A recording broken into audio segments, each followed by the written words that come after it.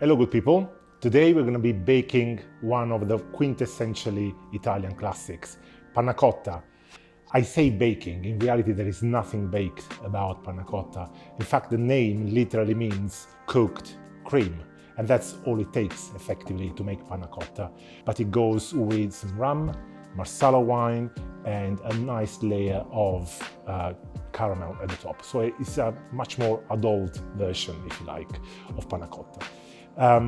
So let's crack on. The very first thing we need to do is to prepare some caramel just by adding caster sugar into a pot. Now, caramel can be a tricky beast to tackle, but I find that the simplest way of dealing with it is just putting it on the relatively low heat and just let it go without touching it, without stirring it, without doing anything to it, because that reduces the risk of crystallization.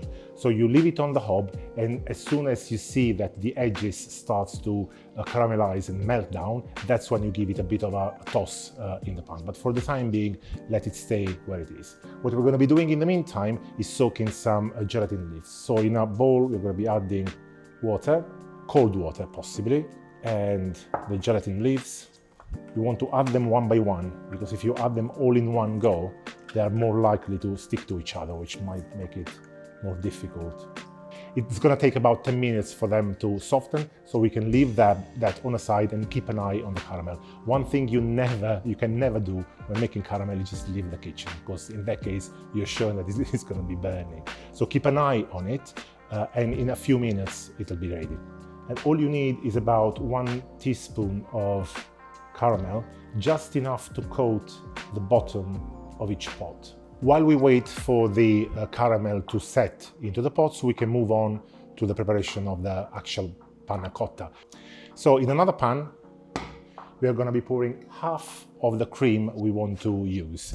And that's just a small trick to shorten the setting time. If we only heat up and cook effectively half of the cream, then the setting time is going to be much shorter, because the rest of the cream is still cold and we will add it to the mixture in a second. Bring it to a very light simmer over moderate heat, and then add the rest of the sugar and the vanilla bean paste. Give it a stir with a whisk and wait until it just starts simmering on the edges. You don't need to boil it, you just need to heat it up to dissolve the gelatin that we're going to be adding next. So the cream is starting to simmer, so this is the right time to squeeze out any excess water from the gelatin sheets.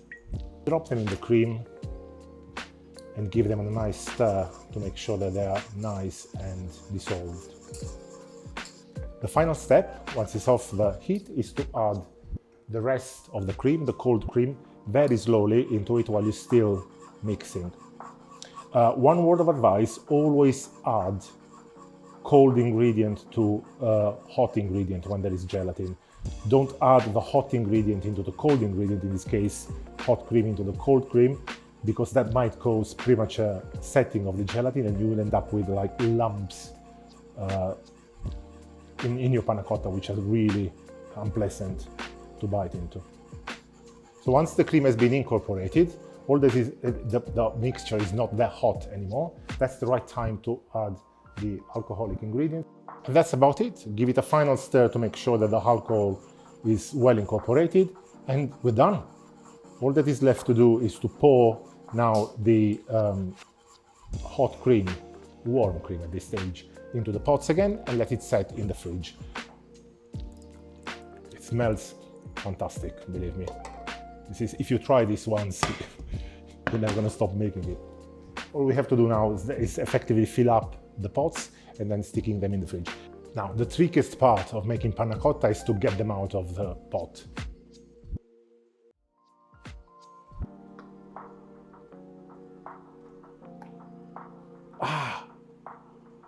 There you go, success. Other than that, salute. Shall I finish it?